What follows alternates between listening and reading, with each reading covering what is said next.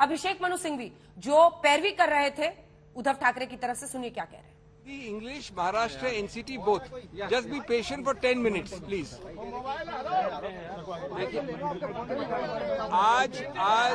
आज दो रुक जाओ ना यार, ये आप ही के लोगों तो बोलिए ना, आप ही को बोल रहा हूँ, तो अपने लोग ही आपके सब काट करते नहीं, चलता रहेगा। आवाज जो बोलेगा तो हो ही नहीं पाएगा। भाई साहब समझ में नहीं आ रहा है, जब तक आप बोले शुरू नहीं हो सकता। आप ठीक है, चलिए। भाइयों और बहनों, आज संविधान पीठ के दो अत्यंत महत्वपूर्ण निर्णय आए हैं। संविधान पीठ ने विस्तृत रूप से सब अपने निष्कर्ष लिखे हैं कारणों के साथ। महाराष्ट्र के विषय में जितने भी मूल मुद्दे हैं कानून के, वो हमारे पक्ष में हुए हैं।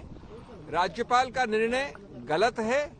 उन्होंने ऐसे तथ्यों को देखा जो नहीं थे वहां पर, जो वो नहीं देख सकते थे। राज्यपाल का निर्णय को गलत करार किया गया। स्पीकर का निर्णय, जिन्होंने किसी और की व्हिप को ऊपर आधार पर अपना निर्णय किया, उसको गलत माना है। व्हिप गोगावले के नियुक्ति को गलत माना है। ये कहा है कि व्हिप सिर्फ राजनीतिक पार्टी की हो सकती है, न कि वो विधायिका पार्टी की हो। तो हर महत्वपूर्ण कानूनी मुद्दे पे सत्य की विजय हुई है। हम नमन करते हैं उच्चतम न्यायालय को। ये बात सही है कि माननीय उद्धव ठाकरे जो उस वक्त मुख्यमंत्री थे, उन्होंने इस्तीफा दिया, इसलिए उनको रिलीफ नहीं दी। लेकिन आज सबसे महत्वपूर्ण निष्कर्ष क्या है कि माननीय स्पीकर को तुरंत निर्णय करना है कम समय में डिस्क्वालिफिकेशन पिटीशन का। तो मैं आपसे एक प्रश्न पूछना चाहता हूं कि डिस्क्वालिफिकेशन पिटीशन का निर्णय तो एक ही हो सकता है। उन्होंने व्हिप का अस्वीकारिता की, लोगों ने, उन्होंने व्हिप का उल्लंघन किया। तो जब आपने व्हिप का उल्लंघन किया तो क्या बचा? माननीय स्पीकर को तुरंत उस आधार पर डिस्क्वालीफाई करना चाहिए और इसी से न्याय होगा, सत्य की विजय होगी।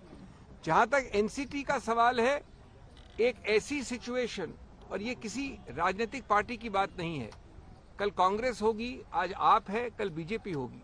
आपने दिल्ली को ये स्वरूप दिया जिससे वहां स्वायत्व हो, यहां पर ऑटोनॉमी हो। आज स्वायत्त और दिल्ली की विजय है।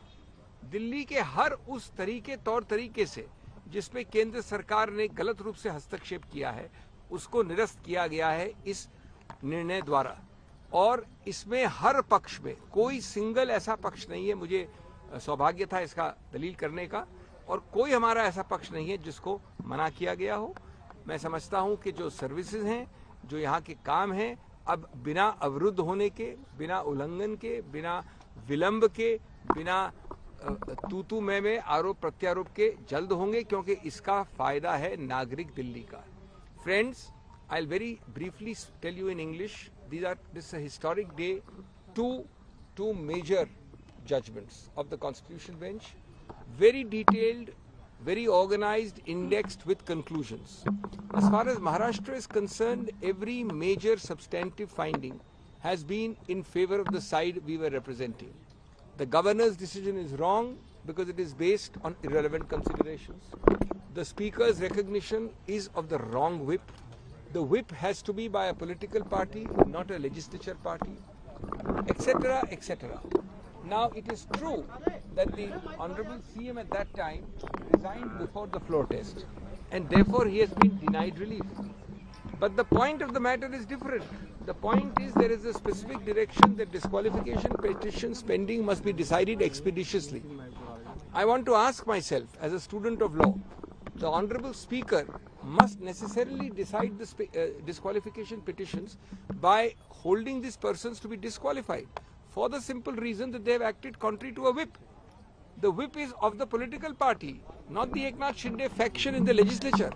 And if that whip is violated, how is it that for one day the Honorable Speaker can delay that decision?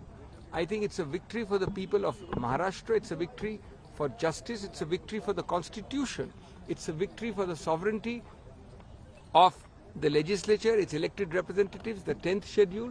We hope and trust that the Speaker will not delay because of partisan political reasons and will decide very quickly. As far as NCT is concerned, it is an even more significant judgment. It is ultimately a victory for Delhi for autonomy. You made Delhi for what reason? You made Delhi with autonomy because you wanted to give it a status. It is not merely a union territory. It is a union territory with a special constitutional status not available to other union territories. Now this judgment on every count,